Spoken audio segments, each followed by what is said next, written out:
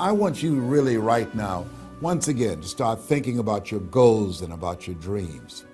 And as you begin to envision them, one of the things that I think that's very important that we have to always go back to, as you look at your goals and dreams, and I want you to expand them, and it's very important to realize that I found that most people fail in life, not because they aim too high and miss. Most people fail in life because they did just like I did for so many years. They aimed too low and hit. They didn't believe in themselves. So I want you right now, as we begin to think about the lessons and all the things that you've experienced and all of the comments and stories and strategies and lessons that you've had, I think it's time to revisit and look at your goals and dreams, and let's raise the bar. I remember as a kid, we would be in the backyard and we would play jump, and somebody would get on one side of the stick, my sister and then my brother, we would run and we'd jump over it. And then they say, raise it up a little bit higher. We have to back up and we would run and we'd jump over it again. And then we say, raise it up a little higher. And the higher it got, we had to begin to change our approach and how we're going to get over the bar. And that's the same thing in life. And so right now, I want you to think about your goals and dreams. As you begin to raise them a little higher, and I want you to say with me, it's possible. It's possible. You know, the easiest thing that I do is speak and train people how to speak. Go into prisons and juvenile detention centers and to high schools and colleges. Speak before thousands of people. I can do that in my sleep. Let me share with you the most difficult thing I've ever done in my life. And it took me years to do. And that was to believe that it was possible. To believe that I can do it. Given my circumstances, born in an abandoned building on a floor, being adopted, being labeled educable mentally retarded, failing twice in school, no college training, never worked for a major corporation. To believe that I had something of value to say, that somebody would want to listen to me, to believe that somebody would pay me to talk to them. Have you ever thought about something you wanted to do and you talk yourself out of it? I remember going to see Zig Ziglar, who I consider the #1 motivational speaker on the planet, and Dr. Norman Vincent Peale when he was alive, and Robert Schuller. I used to see them and I would be so pumped up and inspired after hearing Jim Rohn, who recently passed, one of the great motivational speakers of all time, and Charlie Tremendous Jones. And I would go to my car pumped up, saying, yes, yes, yes, I can. And then after a while, my mental conditioning would kick in. And it would say, Les Brown, you can't do that. You don't have a college education. Les Brown, you can't do that. You don't even know who your parents are. Les Brown, you can't do that. You failed twice in school. Come on. You ever thought about something you wanted to do and you talk yourself out of it? There's a proverb that says, if there's no enemy within, the enemy outside can do us no harm. That's why it's important that you make it a point every day to review these lessons, to get them deep, not only in the conscious mind, but the subconscious mind, and get them in your spirit. Well, how often should I do it? Do it until you are producing the results. That's how often you should do it. And you never stop, because once you stop, that's when those negative thoughts will come back. Once you stop, that's when you will begin to doubt yourself. Once you stop, I'm telling you what I know. Yes. Every day, it's a selling job on you. It's possible. I can do this. I can make this happen. No matter how bad it is or how bad it gets, I'm going to make it. It's possible. Yes, your dream is possible. Say that to yourself every day. Feed your mind with words that you write and words that you hear and words that you speak to yourself. Feed your faith, and your doubts will starve to death. Say to yourself, it's possible. It's possible. It's possible. Even when you have no evidence to point to, say to yourself, it's possible. There's nothing as powerful as a made-up mind. It's a struggle sometimes to do that, especially when you have people around you telling you that it's not possible, that you can't do it. And they're constantly pointing out your failures of the past, constantly reminding you of all of the things that you don't have going for you. I'm reminded of a story of two little boys that were playing on some ice during the winter. And as they got further out on this ice, one fell through the thin ice. And so the little fellow that was still on top of the ice, he was trying to save his little buddy. And he couldn't reach him. He was trying to pull him. He could see him through the thin ice as he got further away from him, struggling.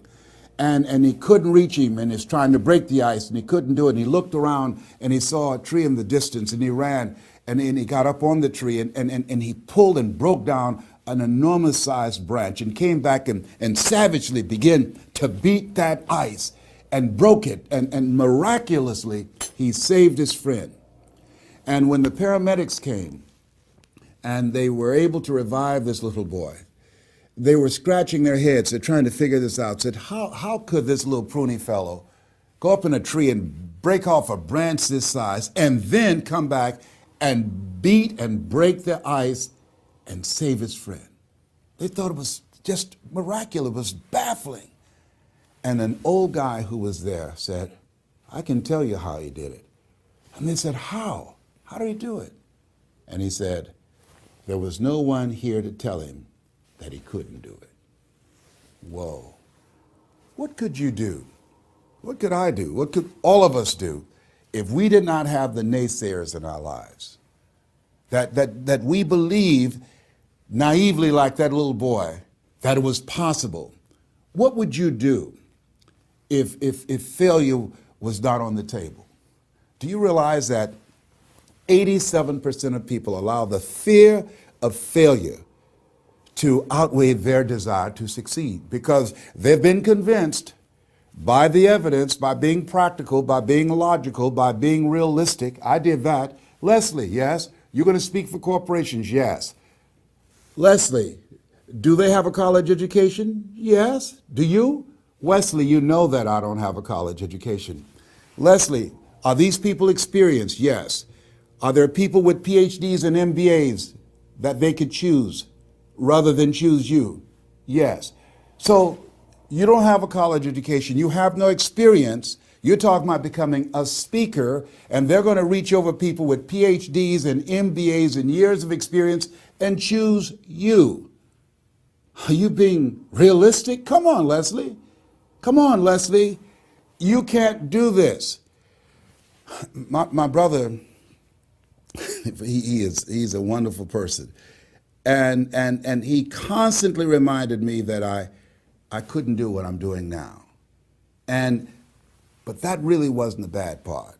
The real bad part was I convinced myself that I couldn't do it. Not only because of those things that he pointed out, being practical and realistic, but also that within myself, I didn't believe what Mike Williams, my mentor, said was possible for me. Have you ever had somebody who believed and saw something for you that you didn't see for yourself? And here's how I escaped that. I discovered that sometimes you have to believe in somebody's belief in you until your belief kicks in. So here's what I am believing for you. The goals that you right now have, the things that you have envisioned for yourself, this is a reflection. What you've done thus far and what you are engaged in doing is what's possible for you right now. But there's even more. You don't even know what's in the future. Eye has not seen, ear has not heard. If you believe in yourself, if you constantly remind yourself after every defeat, after every setback, every time you get knocked down, I've got a saying, if life knocks you down, try and land on your back, because if you can look up, you can get up. See, a lot of people, because of failure, they stop believing. Let me share something with you. You will fail your way to success. Yes. 8 out of 10 millionaires have been financially bankrupt. You will fail your way to success. It doesn't matter how many times you fail. It doesn't matter how many times people tell you that you can't do it. It doesn't matter if you don't have a dime in the bank.